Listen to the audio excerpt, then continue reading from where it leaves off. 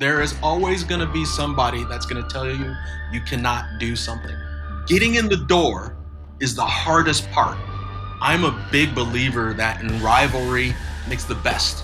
The US would look into Mexico in those early years and just go, how are they so good? What do we need to do to compete in that level? So there were lessons that we had to learn how to compete.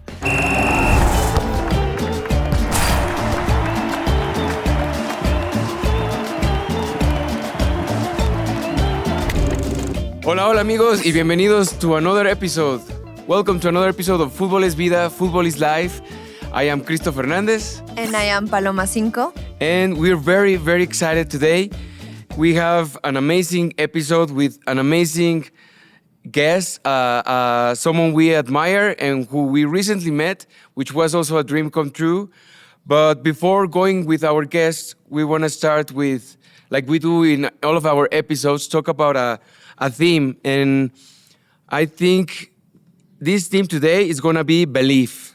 Like how sometimes believing in something, it's not easy.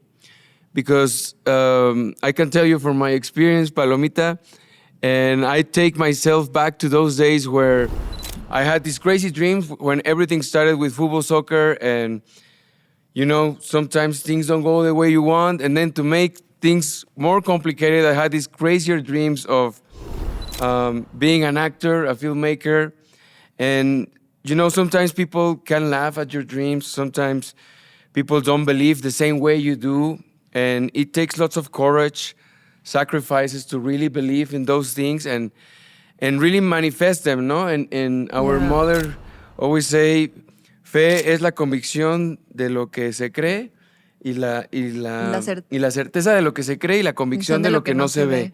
Like, she always tells us about faith, which also, honestly, as many people know, and people relate me to Danny Rojas, and in Ted Lasso, there's always a big belief. And honestly, that whole process for me of being in that show and seeing the belief sign all the time there, I honestly took it to my everyday life. And from there on, I think that made my belief even stronger. Even though the dreams were crazier, I just pushed myself to always believe. I don't know if how do you feel the same about that? Or Yeah, I mean, the world is itself, it's a strong one. It represents so much. It represents to have faith in something or someone.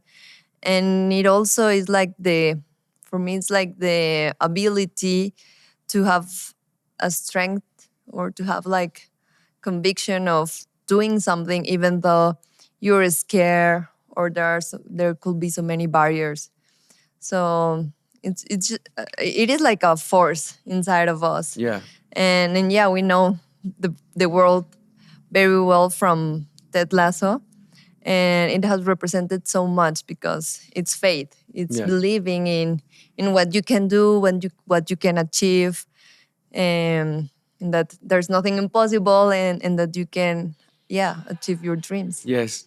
And well, now, who better to talk about belief than someone who played during the World Cup in 1994? Many people didn't believe soccer would truly become a major sport in the United States. Today, the country is hosting another World Cup.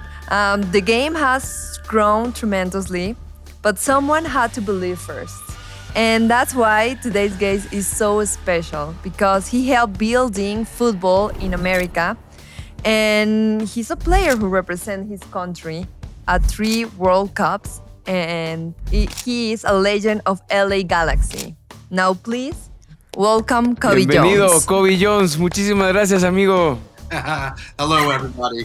Hello, everyone. Thank you for having me on the show. I like what you have to say about belief. It's excellent. Thank you, brother. And yes, as we were saying before, like it was so nice to meet you with our brother, our carnal Fernando, who we say hello to. But when we were in Atlanta watching USA against Portugal, truly an honor and very excited to have you. Muchas gracias, amigo. We start this podcast with a very important question. So tell us, is football life? Football is life, and it has been life for me for quite some time now. Everything that uh, everything that I have and am right now is based off of that game, and what it's given me over the years. And yes, I'm immersed in it, from a young age, and still even to this day. Everything is centered around football, and and you always kind of change over time. And now I just love the major events, that are surrounded. I get excited. I start feeling like a kid, like in these situations with Champions League and World Cup. And it's just, Hmm. for me, it's wonderful because growing up, there wasn't any soccer to see in the United States, really. And now I can find it on any channel at any time. I wanted to start with like what you have in your Instagram. And that's honestly, that's the reason why we are talking about this specific theme. I really love what you have there. Like, things are only impossible until they are not.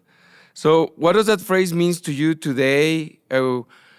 Take us a little bit, explain us where it comes from, and yeah, I would like to know more about that. I think it's a a quote that I try to live by and understand. In this world, there are so many things that people said that just can't happen, and it cannot be Yeah. done. It just can't. I'll give the broad, great example. We can't go to the moon. We can't fly. All these things, Yes. Yeah. and that was that Yes. was Yes. considered impossible. Think about it. Less than 100 years, or 100 years ago or so, or whatever, they were saying that we could not get to the moon. And now it, Mhm. Yeah. it, Yeah. it's a norm. So I just think we all have to think that there are a lot of things that are considered impossibilities, but Yeah. if we work towards it and at least put ourselves on the right path, we might not get to it, but somebody in the future will. And that's the important Hmm. part, is understanding that you are establishing a pathway to something greater that Yeah. will live beyond you. Yeah. Yeah. Yeah, Yeah. yeah, Yeah. Love that. yeah. And Kobe, when you were growing up, soccer wasn't what it is today in the United States. So please, could you tell us about how did you get involved in the sport, and and what did you see that other people didn't?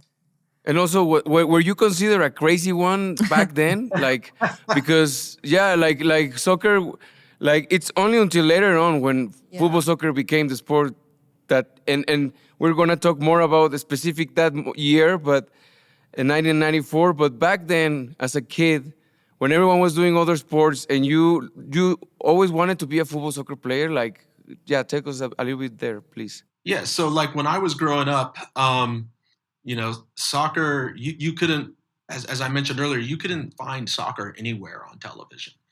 I mean, it was practically impossible. If you wanted to see a game, for at least for me in my community, what the soccer players, what we would do, like to see a World Cup or something along those lines, we would go to the local Mhm. Mexican restaurant. I remember his name; it was Cisco's, and we would pay Ah, like yeah. the $5, and they'd shove us into a back room where they had a bad satellite TV, and there'd be like wavy lines going through it, but Wow. you could see the game. That's how it was. Okay. And it was just so different at that time. I was fortunate enough. That gives you an idea, but for me, the '70s when I was growing up was like the big start of soccer in the United States with AYSO and all of that really coming onto the forefront. And my parents were just like, okay, we got a hyperactive, energetic kid here. We need to get him outside. What's there? And soccer, AYSO was just starting in the United States. So they put me in soccer, and I enjoyed it. I loved running around. I loved kicking the ball. It's getting all the energy out and playing with my friends. So that's how I got involved with the sport. And in actuality, no idea uh, really at that time at a young age of ever thinking of playing professionally. It was just a sport that I loved, that I enjoyed, and I just liked doing. Did you? I imagine you became more in touch with like the Mexican culture, right? As you said, like that was the only way to to see, because yeah, here in Mexico, in Latin America, is like a religion for us since decades ago. So I guess you start becoming like more in touch, no, like Yeah, with our definitely. culture. Yeah, as I got older, probably my junior high school, and college years, that's when I had a lot more interaction with the Mexican culture, and actually just in general, just the Latino community in general, as far as because of soccer. Just where we would play, where we would go. All those types of situations. It is funny to think. I always uh, think it's hilarious about the United States and how the view was of soccer. Kind of like, Christo was saying, was I considered the crazy one or stuff like that? Everyone always thought, Yeah. Yeah. it's like, wait a second, you play what? What was soccer? What do you do? You kick a ball where? How does that work? Like, a lot of people didn't understand the game, and it was a lot of explaining.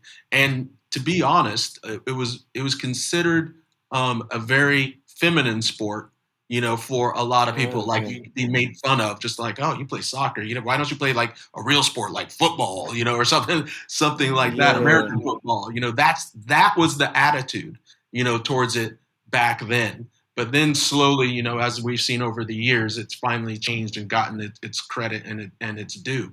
And it's very different, for me, over those years.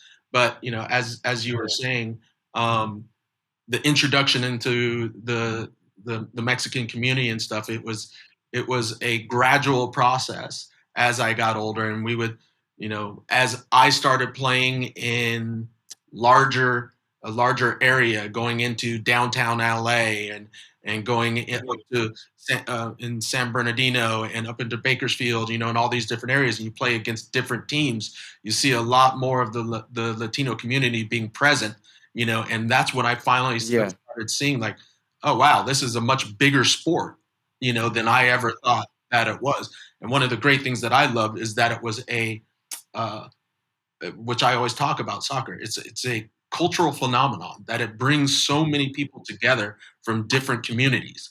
Where we're talking about the Mexican community now, but it was also, there were teams that I was playing that were El Salvadorian, there were Croats, the Croatian teams, all these different groups, and that really drew me in. Where I was just like, there's people from all over the world in their cultures as one group forming a team to play in these different tournaments. It was fantastic. I loved it. Yeah, truly. And do right now that we are leaving the FIFA World Cup and it's happening as we speak, do you ever imagine going back to 1994 that the U.S. will host again? And did you realize that you were part of the start of like what nowadays is the football soccer in the U.S.? Like, did you ever realize that you were working and for something bigger than you, and like, or were you just playing football soccer and it's later on to you understood that, or you just enjoy the game, or what are your thoughts about that? You were making Yeah, history. yeah, yeah. Well, for us, and I think a lot of that, the younger group on that '94 team, for me, it was just about hopefully starting something in the United States, because there was no professional league, right? So it was about hopefully introducing the United States to this sport, hopefully grabbing the audience and having people fall in love with it, and then seeing what could happen afterwards. I didn't expect to continue to play soccer after the '94 World Cup.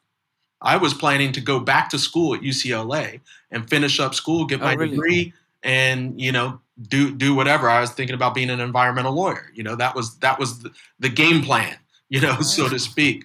But you know, Wow. things kept coming up, and be it the Olympics to the national team and the World Cup, that a team from England said, "Hey, why don't you come over here and give it a shot?" And I said, "Okay, let's see what happens. Let's see what happens." Wow. But I was so happy that that goal that we established in '94 of having a successful World Cup, and then a lot of people don't remember, we were supposed to start a league in '95. You know, and you can imagine if you're a national team player and hoping that that can happen, and then they say, "Oh yeah, it's not going to happen in '95." we're going to do it in 96, you're kind of like, okay, yeah, nothing's going to happen, so, Yeah, nothing's yeah, really yeah. going to come of this, but fortunately it did end up working out where now we've allowed, MLS to come about, and, teams like this with the LA Galaxy, all of this is from that 94 team success. That's what Yeah. everyone has to understand. That was a base team that really established and put a floor underneath soccer in this country. And to answer your other question about did I ever expect a World Cup to come back to the United States? Not in my lifetime. I did not think the World Cup was coming back here anytime soon. Yeah, yeah, yeah. It's on. Well, it's a different World Cup, right? It's the fact that it's three countries hosting it, but it also tells how much the football soccer has grown everywhere, and in the U.S. Specifically, in very exciting times. And yeah, I mean, talking about you played in different countries, right? And Mm-hmm. we had a question like, did you learn something different from every country? And which country taught you the most about life and the connection between football and life? Like you played in England, Brazil, the U.S. Like, tell us a little bit about that. Well, of course, the U.S. because I grew up here, and so that was just the baseline and kind of like my general understanding of how soccer works, the world works, all of that. But I always say one of the most important things I did was travel and live, for extended periods of times in other countries, and in England, I always thought it was interesting, and what I took out of that, as far as life is concerned, was the workman attitude, of the English football. It was about, okay, this is a job. You got to get out there. You got to get your work done, to be respected and to take your game up to another level. There's no time off. You've got to just go, go, go, go. And look, I don't agree with all of it, but I do agree with a very important part of it. It let me understand the seriousness of this game, that this is a very important game to a lot of people, and that it is a business as well. That is one of the things, and that if you want to be successful at it, you can't just be nonchalant and just go, oh yeah, I'll practice hard this day and I won't practice hard the next day, da da da. If you want to be successful, you got to keep going, and you've got to put everything on the table to try to be successful. That's one of the things that I learned in England, and then in Brazil, it's almost the complete opposite, right? It was like, Yeah, it's the more beautiful relaxed. game, right? You must enjoy the sport and what it is, and understand, the footballing life and just the passion, of the game. And it was a much more it's a, I'll More say, about the joy. a casual aspect to it, but that doesn't come out right. The best way I can explain it is what a coach used to say to me all the time. In Brazil, it was more like, let's have some serious fun. That's basically, go out, you're playing this game, you take it seriously, you get the job done, but when it's done, it's done. You don't forget about it, but that part's done, and you have to enjoy everything that soccer brings to you. That love of the beautiful game, the free flowingness of it, that beach lifestyle that is at Rio, living down there. So it Yeah, was a yeah, yeah. completely different um, dynamic, but both of them incorporated football, soccer, into every component of life. That's one thing that I really took away from those two countries, is that you can't, yes, you can separate, but you can't completely cut off the sport. It's going to be a part of what you do.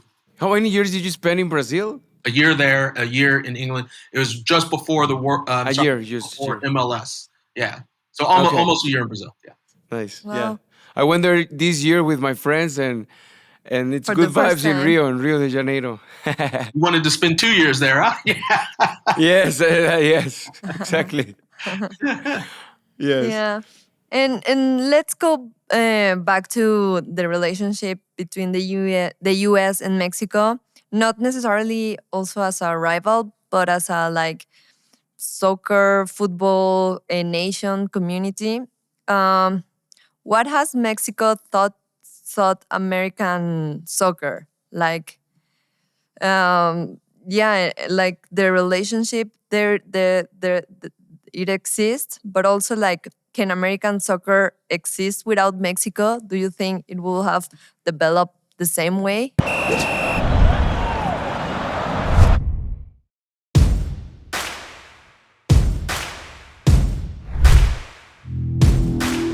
¿Qué hueles? ¿Te encantan los deportes, pero ya te cansaste de las típicas casas de apuestas donde la casa siempre gana? Tienes que conocer matchbook.mx. Olvídate de lo tradicional. Matchbook no es una casa de apuestas común, es un exchanger deportivo. Aquí tú juegas contra otros usuarios, no contra la plataforma, lo que significa mejores cuotas y mucho más control para ti. Y sí, se puede usar desde México.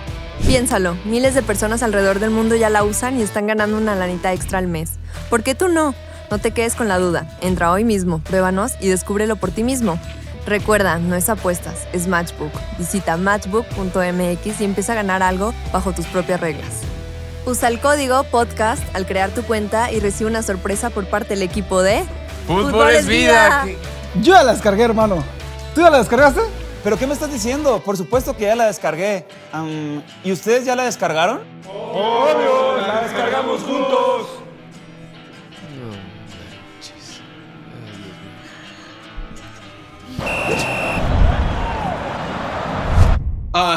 No, I don't think the U.S. would have established itself the same way.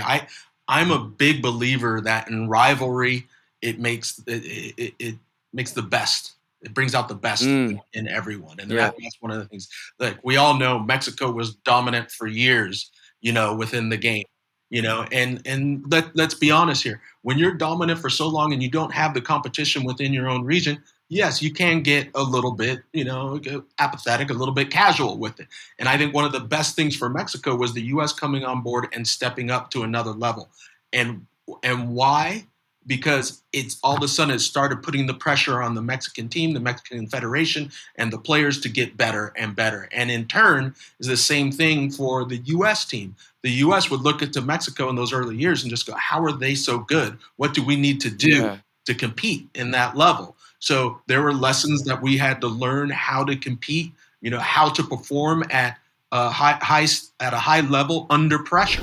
Those are some of the things that I think that we learned, from the Mexican team, through the years. And yes, I know you said we don't want to talk about it, but yes, there's a rivalry there. You're going back and forth. Yeah. Now, I see it. You see it. It's this and this and this, and it keeps happening. All the time. And what I always think of, people don't want to talk about it, but you do see it if you go back and look at the record. When the U.S. jumps over the Mexican team, you'll see like a shift. There'll be firings in the federation. There'll be establishment of new players, all this type of stuff. And then guess what happens? In a few years, you'll see the Mexican team jump over the U.S. And what happens in the U.S.? There's a firing of players, of staff and everything. And then and that's what they have in Europe, because when it comes down to it, we all have to admit Europe is the top, right? That's what we want. We want to have that competitiveness and forcing everyone to just get a little bit better until, someone wins the World Cup. Yes. No, I agree. Like if you want to be the best, you have to work with the best. You have to train with the best. You want to surround yourself with the best. And it's el clásico de CONCACAF. And and I know Mexico has been around in terms of the passion for the game and the structure of a professional league. But honestly, it's impressive how the U.S. is increasing in its development, from the youth to also the divisions now. For example, now I'm coming back to play professionally soccer again, and it's impressive now to see how the USL is also developing, aside from the MLS, how much talent there is out there. And for me coming back, again, as you said, it's been very challenging, but we have really amazing players. And giving a big shout to my amigos in El Paso Locomotive, FC, Los Locos, where we have amazing players that have played internationally as well. And talking about belief again, and especially with you, who are also a crazy man like me, Cobi. What will Cobi tell someone crazy like me about chasing this dream that most people think somehow it's impossible because of my age, because of many other circumstances. But yeah, some people think it's inspiring, and I appreciate the good vibes and the good thoughts. But also, some people, as you know, there's always some haters out there. But like, yeah, what would Cobi Jones tell someone chasing a dream that most people think it's impossible? Like me, or any advice also coming back to play professionally? I would say go for it. You know, there is always going to be somebody that's going to tell you you cannot do something. There's always going to be barriers, put up in front of you. There's always going to be people that are going to want you to fail, but you can't worry about that. You got to focus on what you want. Focus on your friends, your family, and your support group. Because guess what? All these people that are talking about, oh, what are you doing? This is crazy, all of that. Do you Yeah. care? Really think about that. 1 year from now, Yeah. are you going to be thinking about what those people said? Are you going to care about what those people said? Are they even going to be in your lives in 10 years from now? So why worry about what they're doing while you have to live with it? You have to think about what you did, and you don't want to leave any stone unturned. You don't want to have those regrets, when you're 60, 70 going, you know what? I probably should have given it a shot, And if you succeed, fantastic. If you don't succeed, that's okay too, because at least you went for it and you tried for it. Yeah. It's not going to matter what any of these people had to say. I always say 10 years from now, but to be honest, for most of us, it's 2 weeks from now. Yes. Yes. Yes. Yeah. Yes. And has it been like a moment Thank you, Cobi. in your life where you've experienced or where you stopped believing, or difficult times, like where you said, Yes. like, what am I doing here? Like, why did I choose this sport? Well, I Tell us would a little bit. say I was fortunate in one way, in a few different things. Number one, I love the sport. So for me, it was about, I'm going to play this, no matter what, just at my younger ages. Like I said, I didn't expect to play this professionally. But with that, there were a lot of challenges at a younger age. There was a lot of, to be blunt, just there is a racist aspect to it. And it does affect you in some way, where I can still remember where a parent was saying, because I was doing well in a tournament, and the parent was saying, why is he playing this sport? Don't they know they have their own Okay. sport? Already things Wow, like yeah. that. And you remember, I think I was like 8, 9 years old, something like that, But the thing that helped me more than anything, and this is why I said before, surround yourself with your friends and family. My mom was probably the biggest impact, on me. And she was always telling me, you don't worry about what others have to say. You do what you need to do, to go forward and chase your goals and chase your dreams. She always said, she was an English teacher, and she always said, beat your best. And it's not just beat your best. It was beat your best. Beat your Basically, best. don't Yeah. worry about what others are doing, how well and successful others are. Establish your goals. Try to get yourself a little bit better, every day. And I took that to heart. And those are some of the things that really helped me to get over those barriers. For example, I was not recruited to college, out of high school. I was a walk-on at UCLA, so I had to go to Okay. UCLA and make it on my own, and then I established myself as one of the major players and one of the star players there. During that process, you're trying to make the Olympic team. I was cut twice from the Olympic team before I ended up making it in 1992 and ended up starting on the Olympic team in Barcelona.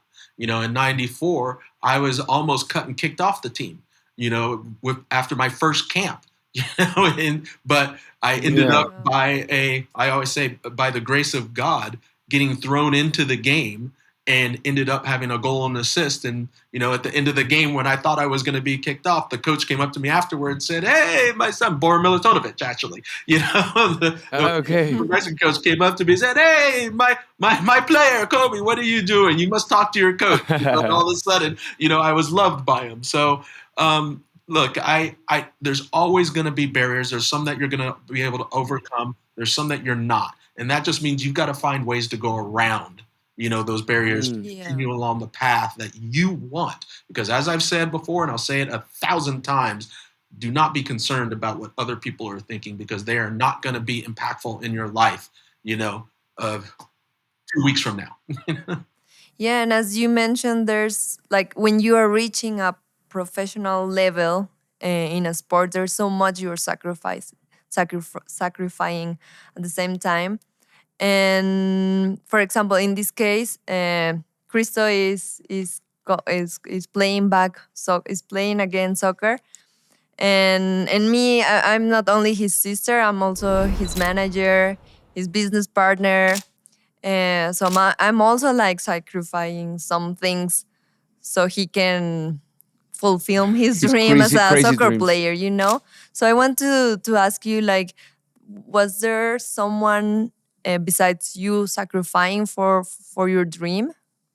Yeah, I mean, my parents, and I'll have to be honest, I didn't realize the sacrifices they were making until I became a parent, Yeah. and Okay. Okay. Mm, my kids, they decided to play basketball instead of soccer, but um, I look at their schedules and the weekends, and everything that I'm doing in Yeah. my life of just traveling and going, and I realize, man, it's a lot. It's a sacrifice where you're putting a lot of stuff on hold, to drive, your kids on the weekends. And I look back at my parents, and they took me to all these different tournaments, down in San Diego, out in Colorado, up in Bakersfield, all these different tournaments where they sacrificed their weekends, so that they could Yeah. be yeah. there, for me. And that's probably one of the biggest ones that I think about.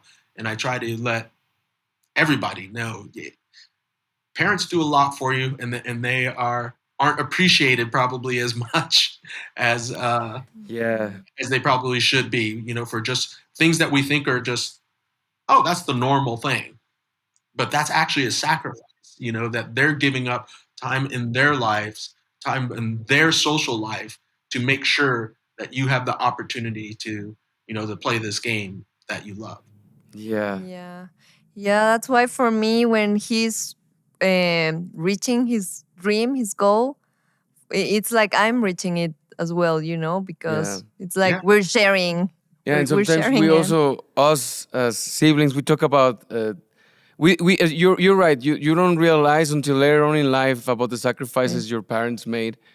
And yeah, for example, our parents speak not that great English, but they pushed us to really speak English from a young age, and then other languages like German and things, and the sacrifices they did just for us to have A good a good education, better life. But education. you're right. You don't realize until later on when you start to put in perspective aspects, being outside, being abroad, and the fact that your parents believe in you more than yourself before. That you're yeah. We Yeah. identify with that feeling too.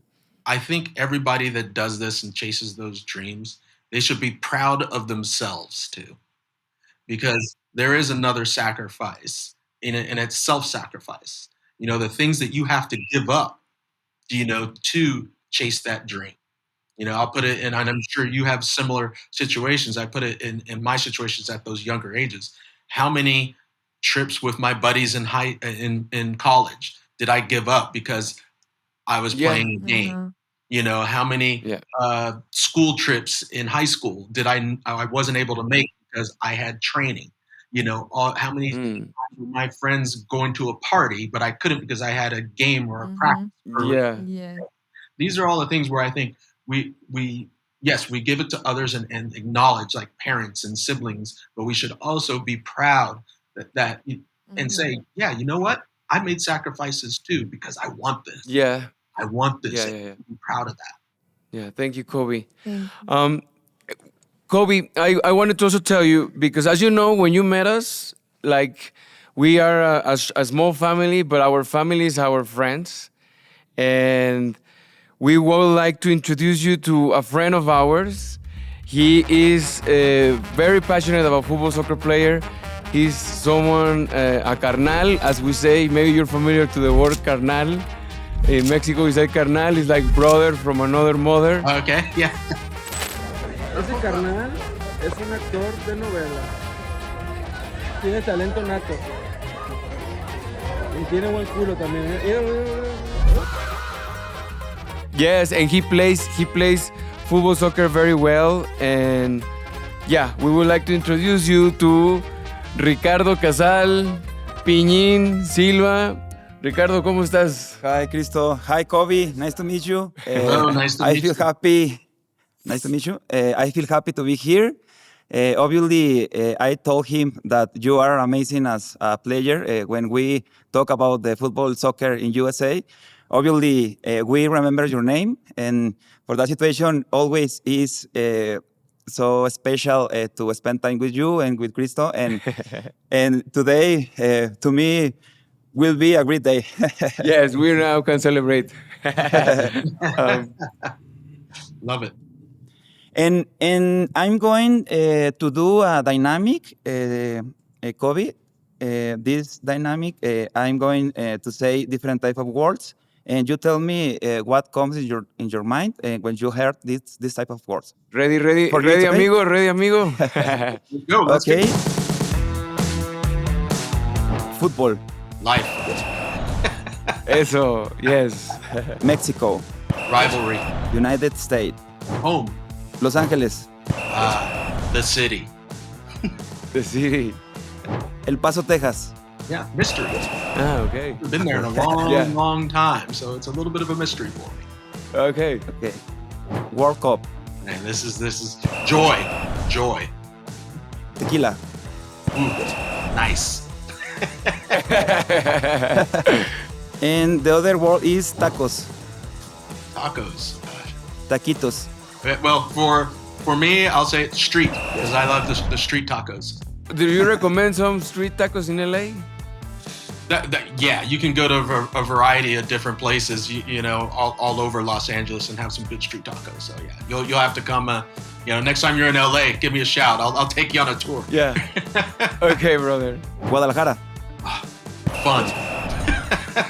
Yeah, have you been to Guadalajara? Yes, I have. I had one of the best times during the Confederations Cup tournament where we were playing a team in. Yes, of course. Yes. Guadalajara. Yes. It was a fantastic time. Yeah. Nice. Well, now you have more amigos in Guadalajara if you ever want to return. Okay, I love it. Love it. I'll definitely be back.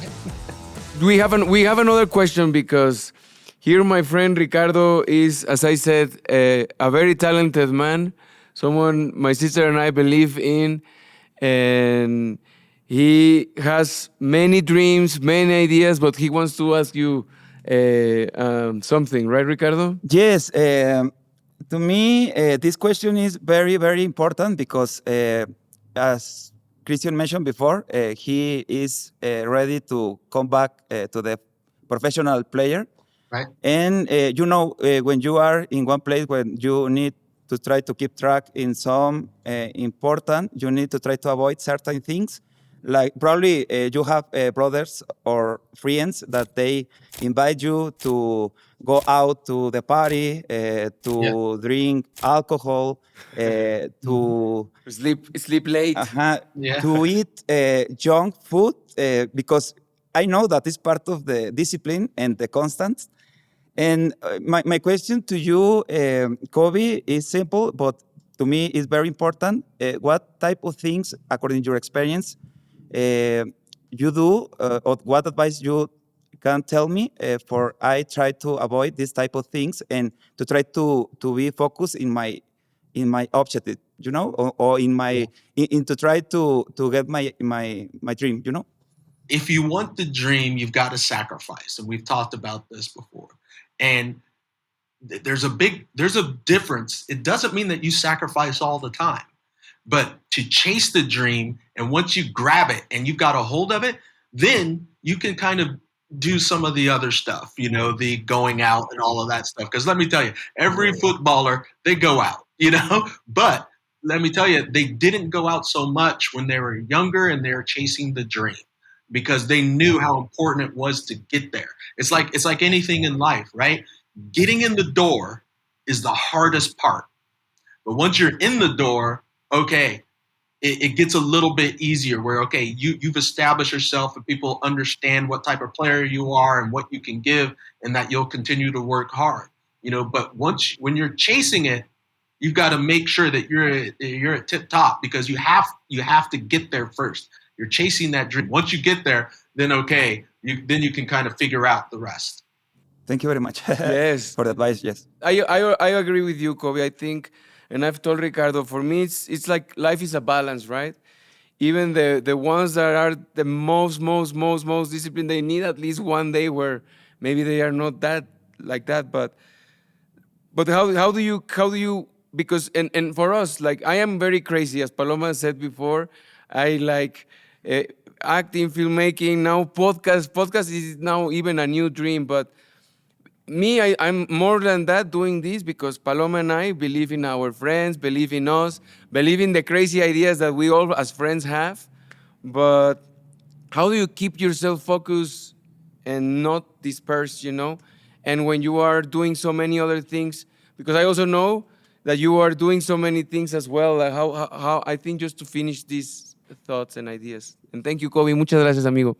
Yeah, no problems, no problems. I think, you've done a good job of establishing how to handle it by having your sister there, Paloma, to handle a lot of things. Because as you said, you're doing the soccer, you're doing the podcast, you're doing the acting. So there's a lot of things that are going on, and you need someone to help with just organizing. Because as you've probably figured out, you can just have a full-time job and just organizing all that.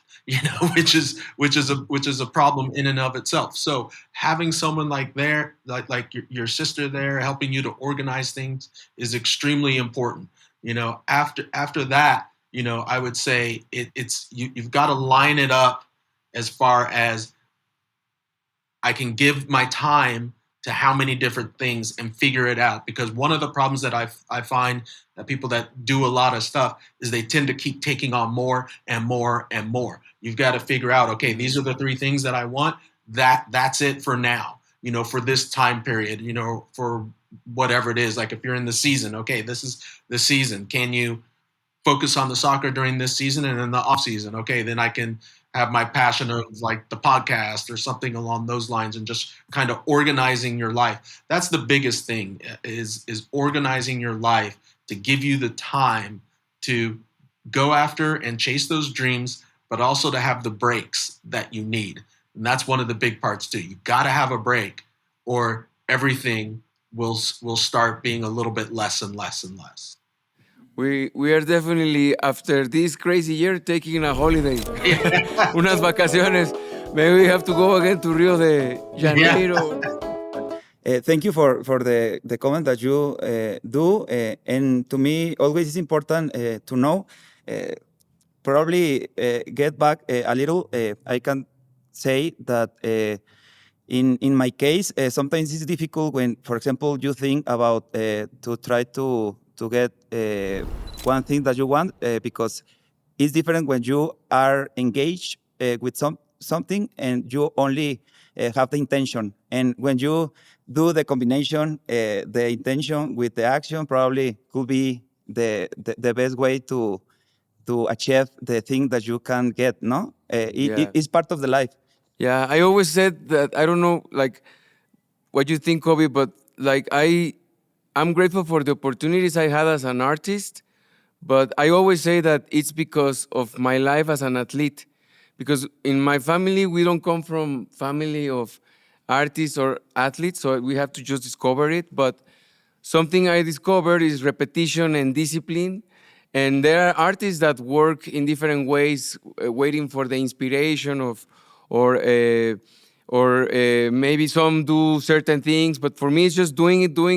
Even like right now, we might not know what we're doing, but we're having a good time, and we know that next time we're gonna do it better, and especially, and maybe next time, Cobi, we can do it in person too.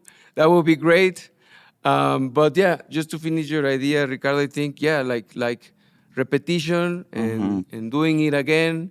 And I think that's what makes that's the athlete's mindset, right? Believing in repetition, believing in discipline, believing in the things you can control, no? And That's it. The consistency breeds excellence. You know, that's it. Continuously doing over and over and over again. Yeah. And it's funny, like I you love said, that. artists, you think like, all those artists, you know, you always hear about like, oh, like a Picasso or any of these artists. People think, oh, they have one painting. Oh, they just did one painting. No, they're painting all the time. You know, Yes, yes, yes, simply yes. just acknowledging that they have to improve and continue to develop their skills. Yes, love it, love it. Yes, love it. Pues, Kobe, muchísimas gracias, amigo. Like, it means a lot having you on our podcast. It's, as we said, a dream come true for us, footballers, for us, who football is vida, who football is life. It Football is means a life. lot. Back when we met you, was a dream come true. Now speaking to you more personally, it means a lot. And as we said, you have a friend. Yeah, now you have Fernando, Paloma, Ricardo, me, amigos in Guadalajara. Now that we're going to be in El Paso, Texas too. And hopefully we can meet again in person, amigo. Muchísimas gracias. Yes, muchas gracias. Nice to meet you and grateful this day and share with you this space to me was Yes. special. And muchísimas gracias to everyone who is watching us and listening to us. Please follow us on our different social media. And see you next time. Nos vemos próximamente, amigos. Muchísimas gracias y believe, ¿no? Feliz. Fútbol es life. Thank you, Cobi. Gracias, Kobe. Thank you, Fútbol es vida, Kobe. amigo. Bye.